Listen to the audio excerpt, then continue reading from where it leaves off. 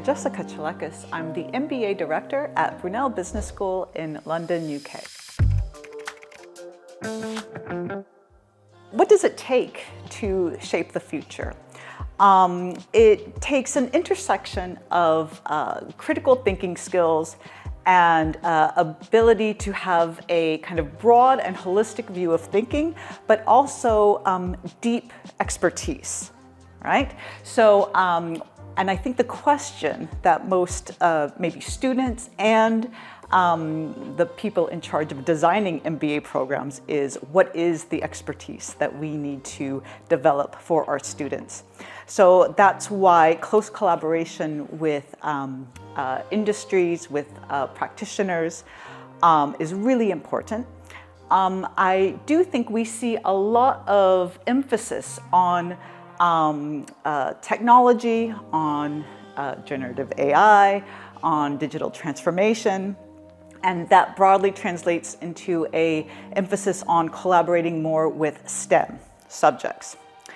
I think, in addition to that, we also need to collaborate more with social sciences and philosophy, because these are the areas that will help develop the broad, holistic ways of thinking that are really important for innovation and, most importantly, learning how to ask the important questions.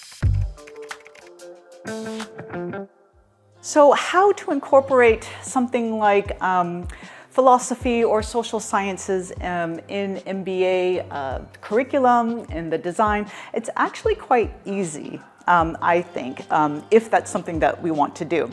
So, for example, you can have invite from your neighboring department in the university some philosophers to come over and run sessions for the students on applying philosophical thinking to business problems, right?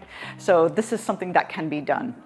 And this is part of really developing like deep critical thinking skills that make students flexible, adaptive, innovative, and stimulate their curiosity, right? So I think that is really important.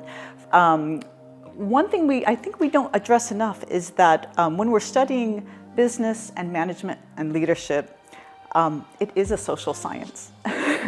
But because we kind of tend to be very selective and narrow of the kind of or the way that we borrow from social sciences, so usually from economics, maybe a little bit from political science, a fair amount of psychology, then there are other fields that get maybe ignored or not so much attention is paid to them, but they're still really valuable. So sociology, anthropology, these are fields that also have a lot to teach us in terms of understanding how organizations work, how consumers work, how businesses in society can or should work.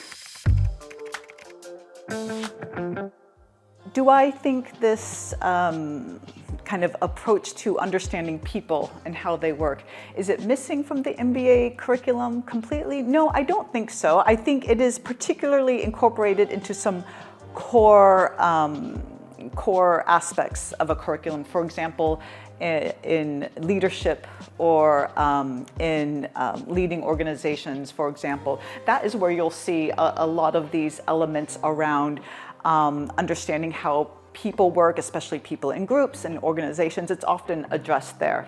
I do think it could be applied on a broader scale throughout different topics in the MBA. So, for example, in finance, or in sometimes a little bit in economics, but maybe also a bit more in international business. Some of these other core topics could potentially, depending on how they're being delivered, do a lot more to incorporate, for example, historical overviews of globalization, for example, is not new. It's extremely old. It goes back to the Neolithic.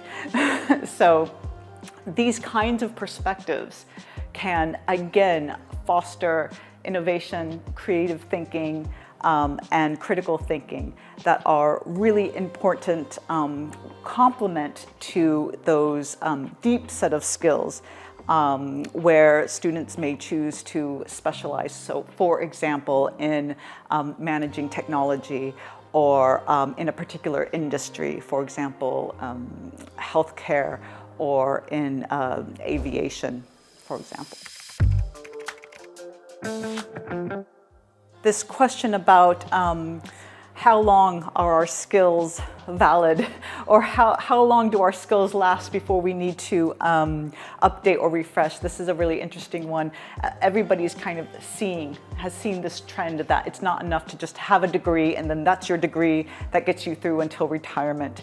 The emphasis on continual learning, kind of incremental or module learning, that's definitely here with us. I don't see it disappearing anytime soon. But how do we incorporate this? I think so far I've been emphasizing a kind of more holistic, critical kind of way of being, and I think that's really important as a core, as a base for any MBA student. However, those deep learning skills, depending again on the specialization or how the student wants to shape their career narrative, that's also really important. And that is where the continuous learning can fit in. And one of the things that I was actually happy to see in today's discussion, or the discussion from this week, was that students mostly trust the continuous learning that they get from the universities that they are familiar with or that they have graduated from.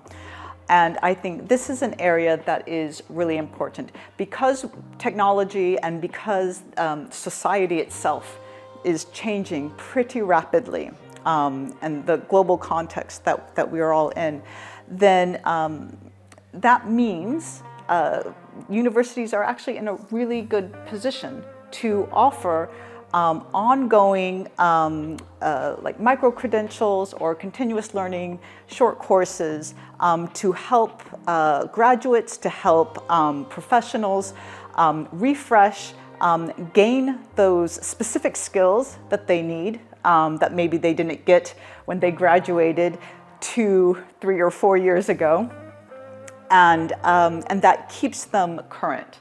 And I think that is really the way forward. We're actually doing a lot of things with our curriculum development. We do obviously refresh every year, review. We get input from a variety of stakeholders, including practitioners, industry, students, other institutions.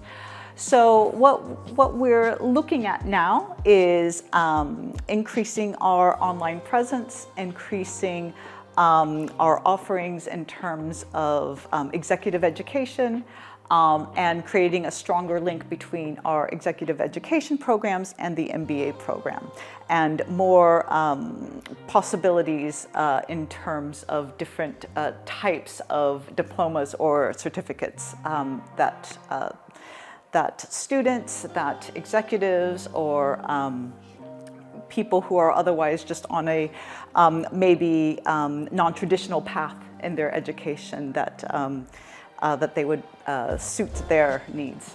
Yeah.